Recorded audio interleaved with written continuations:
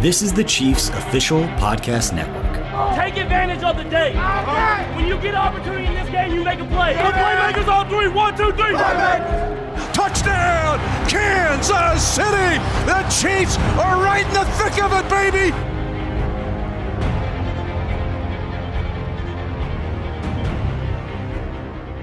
All right, training camp podcast time again. Mitch Holthus with you along with the barbershop, 10-year NFL veteran Shawn Barber. And we are in the dog days. People love dogs. We see it on Instagram, Snapchat, Facebook, and Twitter. Dogs, dogs, dogs. Italian Mastiffs, Jack Russell Terriers, Pomeranians. We ain't talking about those dogs. We're talking about dogs in the NFL, but dog days. And Shawn, is very interesting the way that Andy Reid puts together and formulates his camp, because he does have a period in there where it is bark, bark, trying to get through it. What about dog days and fighting through them? Man, I thought you was going to talk about some Doberman Pinschers and Rockwallers, some dogs like that. That's the kind of dogs I know. But, you know, as a player, man, you get to that grind, man. You get to the grind where your body's starting to feel the fatigue. You know, the off season was long. You hit training camp. You're excited about having a chance to install and put in new plays, and you want to see the teammates, and everybody comes out excited. But then, you know, that period starts hitting where it's the first day of pads, the second day of pads. Your legs getting heavy. You're doing the cold tub. You're coming back from the cold tub. You're starting to feel, you know, getting your legs back. And now you got to think about it's time to go play some preseason games. Now that dog mentality turns from just trying to get better and play against your teammates, and now you got to look at some other opponent. Everybody trying to make the squad. You're worrying about the 53, cutting down the 53. You're worrying about showcasing on the preseason game so that all the other teams in the NFL know if you don't make this squad, you want to be good enough to make somebody's squad. They say it's a dog-eat-dog world, and there's only so many places, only so many bowls to eat from. So these guys going to battle, man. These guys they're battle-tested. They're ready for the show. I've seen it down through the years, though. If a guy can prove it, fighting through the dog days of August in training camp, normally that bodes well throughout the season, not just the way they start the year, but when you get into the so-called dog days of the regular season, when you get about Thanksgiving time or December, you're in a stretch run, but, man, nothing about your body feels good. But the guys that can push through now, normally it's an indication that they'll push through it when it really counts. Yeah, it builds up that layer, you know, that layer of conditioning, that layer of perseverance. Whatever you fight through in camp, you can recall it later on in the season. And that's what the season, you know, the coaches do. They do it on purpose. They'll introduce different packages, different phases, different opponents. This is a game plan for this team. This is a game plan for that team. And then when it's time to recall it during the season, it's not like you're learning it for the first time. When you're battling, having to go through practice, and coach don't let up. You know, he knows everybody's sore. He knows everybody needs a day off. But he says, you know what, put the pads on, go out there one more time and give me your best effort. He wants to see who's going to push on through that soreness, push through who's mentally tough to get it done, even when their body doesn't feel like it. Because as you get to that, you know, what you're saying, weeks 9, 10, 11, you've already got through your bye week, and now you're trying to finish off the season strong and get prepared for a position in the playoff. That kind of stuff, it starts to play mental gymnastics with you. You don't know morning from night. You don't know if you're tired. You don't know if you're hungry or thirsty. The season gets so long, and only those guys have been proven and battle tested.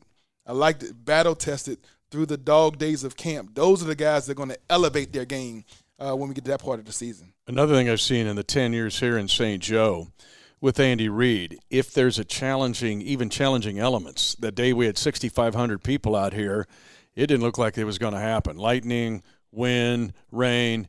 And I remember last year on the Military Appreciation Day, it was pouring buckets. And Coach said, going to stay out there. I remember seeing Tyreek Hill out there in like 3 inches of water going, man, I hope this works. But Andy Reid's an old offensive lineman. He knows it's almost like he wants that, even if it's inclement weather. Can a guy concentrate? He's not going to be there in the lightning. I mean, that's prohibited, so he's not that. But even to get out there in elements, I think Coach doesn't mind it when it's August dog days, because you know that's coming, because in crunch time, that game's, if it's going to be a home game at Arrowhead, it's going to be in elements. That's right. Games late in December, early January, those are the games that are either you win to move on or you go home. And you know the elements. The last few seasons, it's going to be snow, it's going to be wet, it's going to be cold. And the teams that don't blink, the teams that can recall the day in training camp when I was tired and dog tired and poured buckets and we still went through 9-on-7, 7-on-7. Coach didn't back off at all. I was already tired and I still was able to do it. If you can do it under this circumstances, back-to-back days, triple days of pads, all those kind of things, then imagine when you get to you've had 4 or 5 days off, you implement a little practice schedule, and between games, it's a full week. You've allowed your body to recover. You should feel so much confidence in your abilities during the season with a week-long rest period as opposed to here in training camp when you're, like you're saying, you're biting through, just digging in that ground for that bone, trying to find it. You got to dig deep. It takes some intestinal fortitude from the guys. So our first quarter here in the dog days of the preseason, the dog days of training camp. When those pads practices are strung together, I always look and see who's got the zippity-doo-dah on day 2 or day 3. I'm going to throw out a couple guys here that I was impressed with. Day 2, I even put this on Twitter. Darren Lee, who the Chiefs picked up from the New York Jets, who was a first-round pick out of Ohio State. I watched him in that string here in the middle of the dog days, and it looked like he took it up a notch. Mm-hmm. I mean, that's your position. The other one was a guy like Derek Nadi. I've been impressed with him, the second-year defensive lineman, who's kind of bringing it every day. It's like, and he doesn't look like he's taking reps off. He's soaking in the teaching. But to me, those guys stood out on a second or third day where they're not as fresh. Yeah. But they're just you're training your mind, your body, and your soul just to fight through it, will through it. Yeah, when you talk about Nadi, man, his pad level, his strength, it's like a bulldozer, right? We talk about the dog day. He's like a bulldog. He's an Irish bulldog. Just stout, stunt. He commands the double team. He dominates the line of scrimmage. He can get pressure right up the middle any time. Players like that, they love it when it gets into those dog days because they know physically when other people are getting tired, their strength and their power will start taking over. Defensively, your aggressiveness takes over as far as defensive calls being made because you have the offense, so you have guys thinking and hesitating. A little bit of doubt seeps in about are they able to have another gear? Whether they have to start worrying about catching the ball, worrying about getting enough depth on a certain route, finishing off plays. But defensively, man, you just turn that switch on and you just go. You do worry about some of the injuries from the contact and that kind of stuff. So you got to be so smart. Like you said, when we're getting through these dog days, you got to be super smart about your practice tempo, taking care of your teammates. But again, you're trying to dig down deep and find out if you can take yourself to a different level of conditioning, to a different level of preparation. And all that is done, like you said, according to Coach Reed's plan. He has a master plan of preparing these guys to deal with stuff during training camp so they can recall that during the season. The other group, I'm just going to characterize them all together and lump them in. Maybe it's just a whole bunch of Rhodesian Ridgebacks or whatever. And that's the offensive line. Because I've seen them collectively fight through this camp and see that they're growing and working together. Whether it's an Andrew Wiley's getting a shot at left guard, the Canadian doctor's back. I tweeted out about the Chiefs are 35-9 when he starts, and he's back after the injury, or Ryder, or the guys Allegretti coming in, or Ryan. I mean, just as a group, I've seen that, and I don't know if they're helping each other out or keeping each other going, but I've seen those guys bark in dog days. Yeah, that offensive line is something you have to come together. Their job, number one job, is to protect Pat Mahomes. They know that's their primary priority during this season is to keep him upright, keep him clean. And it takes all 5 guys. They all are responsible. If one guy lets a guy through, they all get blamed. And so they have to work collectively to make sure that everybody's condition level, everybody is attentive, everybody knows the calls, the checks, the balances. Every other position is not that way. And defensively, it's like an entire unit, right? You got to work together as all 11 guys got to bust their butts to get a line and sign, know the calls, the communication. They succeed together and get off the field, or they fail together and give up touchdowns and field goals. Offensively, though, it's very, like you're saying, it's categorized by position, and that offensive line group has come together like I've seen no other, and they are prepared to play. They're prepared to take the challenge to protect Pat Mahomes the entire season for 80 snaps a game if it takes that, but As many times as he snaps the ball and ready to throw it, they want to make sure that he keeps that pocket clean. He can step up, deliver the ball, and matriculate the ball down the field. And I'm liking that group. Eric Fisher's had a good camp. It's like he's growling now. Growls when somebody's in the yard. I like it. I like it. The quarterbacks, though, before we move on to the second part here with the dog days, I underestimate how many throws they have to make. We've been going day after day after day. They do warm-ups. I know Mahomes has a bionic arm, but it's warm-ups. It's 7-on-7. It's 1-on-1. It's team. I mean, there's like tens of thousands of throws in these by this time. They just throw and throw and throw and throw and throw, and fighting for a quarterback even to go through dog days. Yeah, you said the pitch count. The pitch count for a quarterback has got to be amazing during training camp. It's unlike a normal season, right? You go to a game, you play, you throw the ball 50, 60 times during the game. Then you get a couple days off. You come back and put it in the game plan. A normal practice week, you get a few snaps, a few 7-on-7, some passing drill. But this is day after day after day. This is hundreds of ball being thrown, warmed up, day after day after day. In a week, like you say, in the thousands, 1,500. So, like, so many pass attempts are being put on his arm during a 20-day window for them just to prepare themselves to play a few games of preseason. And then the bullets get real, right? That's when it's like the action is going wild. It's the Wild Wild West. Begins on the football field. Those guys, like you're saying, have to be battle tested. Those arms have to be prepared to go 16, 17 weeks, then a postseason.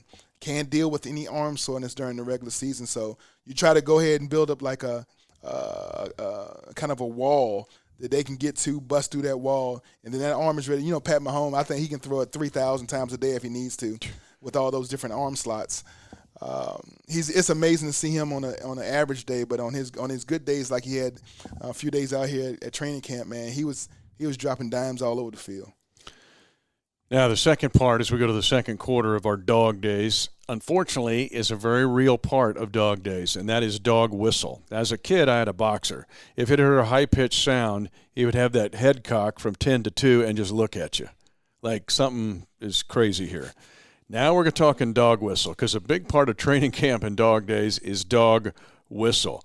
Guys, wow, for whatever reason, physically or mentally, it is confusing. Now, so you said in meetings last year, you were on this. You were part of the intern staff.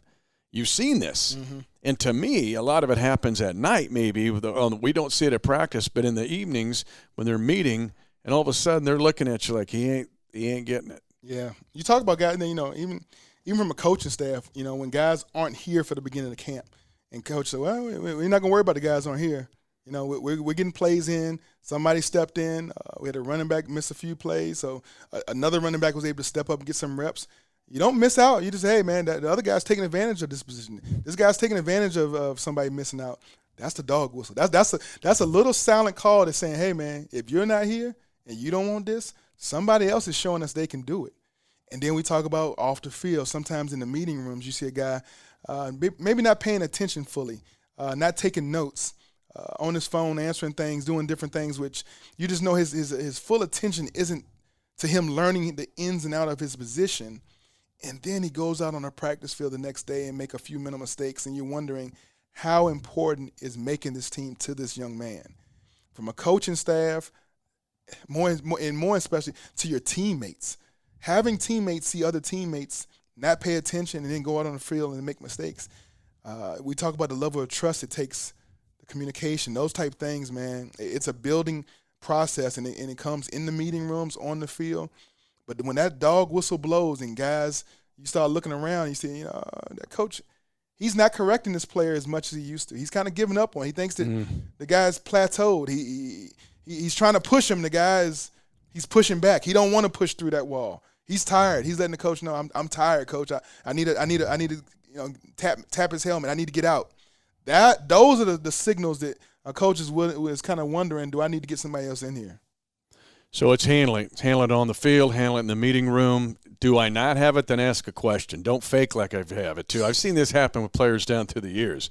I'm gonna fake it and try to get through the homework, and it's as egregious as hiding the phone under the table, because it ends up in the same spot. Not a good spot. And when the real games happen, that's when you lose games. So in training camp, you learn how to concentrate, prepare mentally and physically, and fighting through it. Okay, we're at halftime. Do you know how this works? 12-minute halftime normally. We have 1.2 seconds. You get an orange, go to the bathroom. Hope your uniform's fine. You're not going to get fined. Now you're going to go into the third quarter, and the third quarter is finding dogs. And I'm going to take DAWG here, S. Now we're going to go from dog whistle to finding the guys who actually elevate during dog days. They redefine themselves as a player or jump onto the scene as a player right now. And the ones that are able to fight and get there, I mean, this is a little bit like you. I mean, you made your career probably in those early training camps in dog days when you were a Redskin player. Yeah, I thought I was a good player coming out of college, man, and I knew I was a cover linebacker. I played special teams all 5 years in college. But when you're looking for those dogs, you're looking for those alpha dogs. Those alpha dogs they're excited to play the game of football. How many times do you remember seeing a coach walk up and down the stretch drills asking the guy, "Do you love football? Are you doing something you love doing? Are you enjoying this?" And you see guys, "Coach, I love football. I love I embrace the grind. I embrace the sweat. I embrace the suck." Yeah, it sucks being out here, but I embrace that. It's nothing else I would rather do. You hear, Coach, where would you rather be? Nowhere. All that kind of talk is you're searching for those alpha dogs, those guys that bring the level of play of everybody around them up a level. The Matthews, the Clarks on defense, the Pat Mahomes on offense, Cheetah, those guys, the Travis Kelce, Zeus. They bring everybody's level of expectation of themselves to a higher plane. And when you get dogs on defense that want to hunt, on offense they want to block and power drive, and just every drive is like we got one priority, get the ball in the end zone. On defense, we have one priority, stop the run, kill the quarterback, and get the ball back for our offense. Very simple, very blunt, just super aggressive mentality. That kind of philosophy, it helps the coaches figure out which of these dogs can I hunt with, which of these alpha dogs are going to make the best 53 for this roster. And you're going to find out a lot on these preseason games. Now, we've got some alpha dogs on this roster. We know that. The finding dogs, too, at this time of year is experimental in some. You know what you got with some guys. Mm-hmm. You're trying to find out what you have with others. And there's a couple here that fit in this category. One I'm going to throw out there young, but has been Juan Thornhill. We even have him mic'd up on 65 TPT. I mean, he's an impressive kid. UVA, anthropology major, 44-inch vertical. But you're thinking, is he going to slow down? He's come out here with a lot of energy and zippity-doo-dah, but what's he like now in dog days? He's actually put it up a notch. And the dude's getting a pick a day. Yeah. And so you can see him learning under Honey Badger, or even a Daniel Sorensen. And this is a safety group that I really like. His expectation, I think from a coaching staff, from the general managers, from even the fan base, you knew he was a good college player, but you had to think there was going to be some struggle learning the playbook, some struggle learning the amount of defenses with a brand new defense coordinator. He makes it look easy. He makes it look like defensive philosophy is what he's been trained to do all his life. His comfort level at transitioning from a half-field corner to a in-the-box safety, covering tight ends, covering the flats when it comes to receivers, and then being able to high-point a ball. He looks like he's been doing it since he was a baby. He high-points that ball and makes interceptions, and gets his hand on so many balls each day at practice that you know that's going to definitely transcend to playmaking and opportunities for picks during the season. And Honey Badger and Sorensen, the guys that have been around, will take him under his wing and say, hey, we're going to navigate this, but that's a guy that's had potential to be a DAWG real dog. Now, the other finding dogs are experimental. And this is what's fascinating me now with this team from here till the end of August. Mm-hmm. One that comes to mind is Tano Passanio. In watching him, I think he has 17,000 reps so far in this camp because they played him outside and they played him inside but here's a guy now who was a second-round pick out of Villanova who's got a 3-inch wingspan. When he is in there with Chris Jones together, there was times like Mahomes was trying to figure out how to throw it because it was like a wind turbine. It was 15 feet of wingspan from fingertip to fingertip when Stone Cold Chris Jones is in there with Passanio. But it seems experimental with him. And so from now till the end of August, it's like, what can he do with it? Because and Spags has admitted this with the defensive side. I'm experimenting here. I'm trying to figure out, he even said it publicly, I'm trying to figure out what I got. But now passing is an interesting study for me because if it hits, I mean, if he turns into, I mean, there could be really something there with him with his talent. Yeah, it's a freak of nature off the scale when it comes to the look test, right? And then when the game comes on, you just haven't seen him really let it go, right? We want to see him getting there and just let all his abilities off on the other team and really let's see what his potential can be. We talk about other players too, like Tremon Smith, the running back, the newly formed running back. He plays running back. He plays DB. He could be a receiver. It could be a special teamer. It's a jack of all trade when it comes to him. His one roster spot might be worth 4 individual roster spots when it comes down to it. And with a team as talented as the Chiefs are this year, they're going to need to find a way of having guys play multiple spots. Dorian O'Daniel, the linebacker, he's a striker. He can run. He can do all these things. But in this defense, it's been hard to find exactly what role truly plays to his strong point when it comes to being able to just run and strike. He's going to be a special teams demon. Then we talk about the running back. One of our favorite running backs this camp has been number 25. Those Pistons at 5'8", 5'9", being able to squat 700 pounds and bench press 400 pounds. He's just electric. The pound for pound may be the strongest player, not only on this team, but maybe in the NFL. And then my last, but one of my favorite guys is Ben Neiman, the Hawkeye. Not really used last year, but as you saw all through preseason, he just has a knack for football. He has a nose for football, a lot like a linebacker out of Miami, number Thomas. Fits that role, that nose for the football, gets his hands on balls, is always around the ball carrier. I would like to see all 4 of those guys, including Passano, just release themselves and find out what they can really be on this Chiefs team coming 2019. Well, let's take a couple of these a little further. Now, Darwin Thompson, who you're referring to, number 25 at Utah State on offense, 25. But he told me, I said, what keeps you going, man? You were under-recruited coming out of Tulsa Jenks. Then you're under-recruited coming out of NEO, Utah State. He said, there is the fear. This goes back to what you said about 10 paragraphs ago, and that is the fear. Somebody's going to take my job. I am not going to let my job get away. So there's a dog mentality. Yes, The bone is dog food's in my dish. I'm going to eat the dog food. You're not going to eat my dog food. That's one. 2, Tremon Smith is interesting because we talk about experimental. First of all, you have to be a willing participant in the experiment. Mm-hmm. Okay, he spent all last year as a corner and a kick returner. Now they're going, we're going to try you at running back. And you had mentioned, it's really interesting to think about it. There's kind of a partial running back, receiver. What if he becomes a gunner and a bracket guy on the outside as well as a returner? I mean, you don't know what you have there, but finding Dawgs, D-A-W-G-S, first of all, you have to be a willing participant to say, yeah, you know what, I'm going to try it. I'll do whatever you want me to do. Yeah, it's tough to. You've been playing all your college career. You've been kind of put on a pedestal as being a great defensive cornerback. You've been. This is going to be your way to make the NFL. This is your breakthrough. And then in year 2, you're asked to switch positions. You're asked to learn a new position, to go back to something that you haven't done before.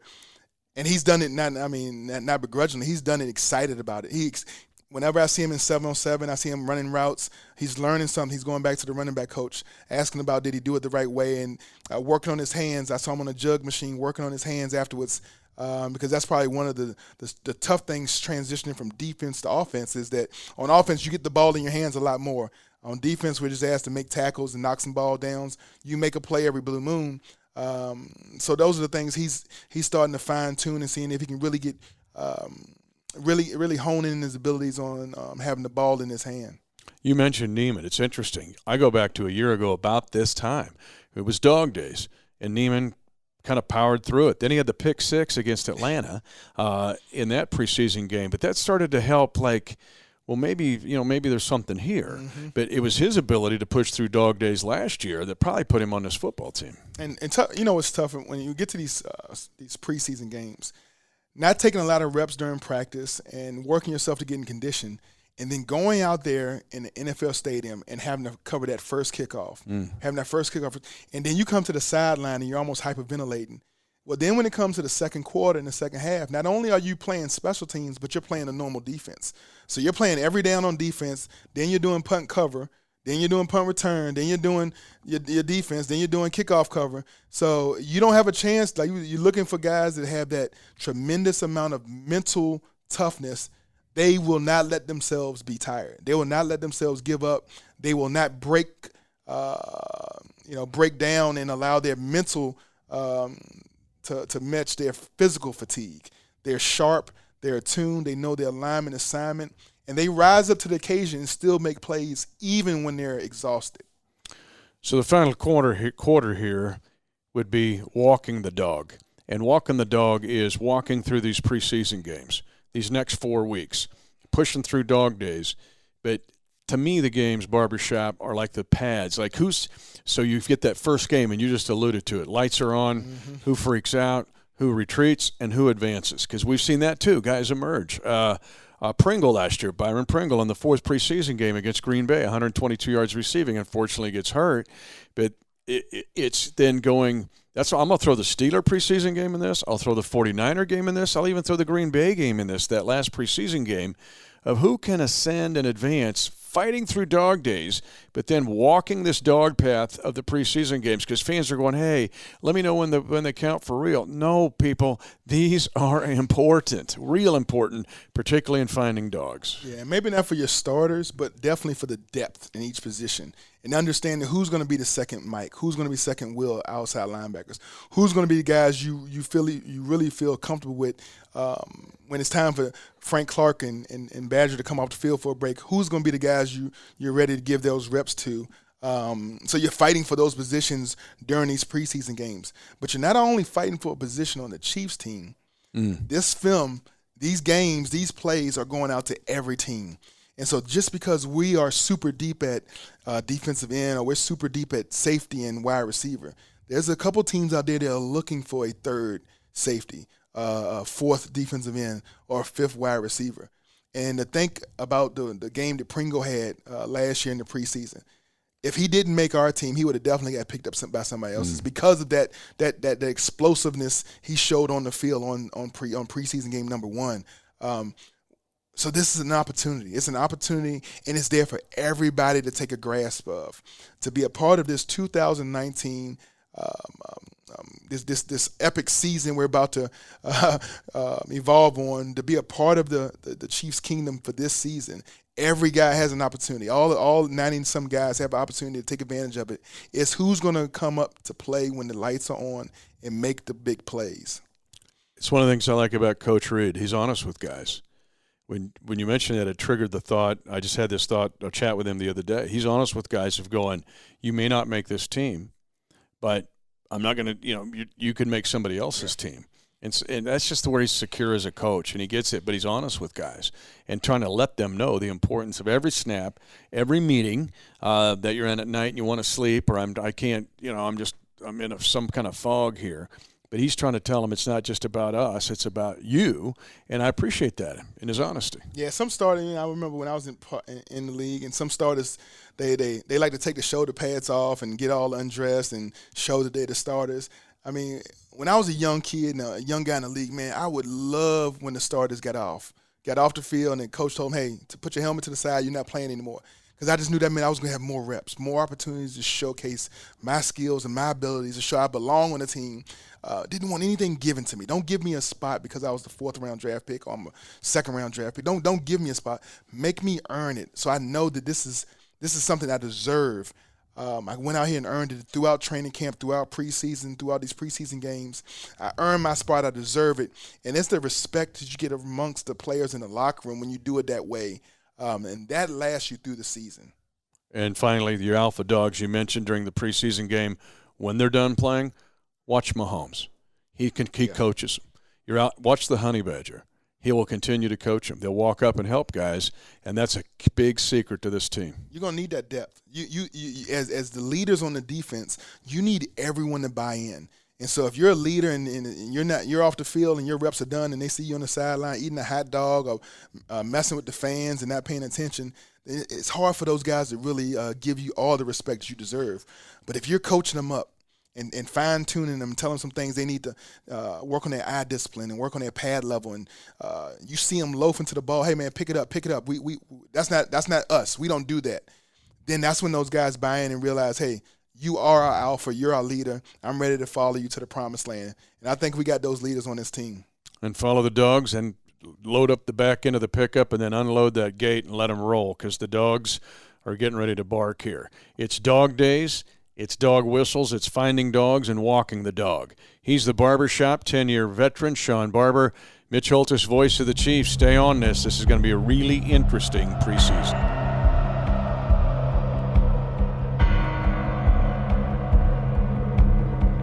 Thanks for listening to the Chiefs Official Podcast Network.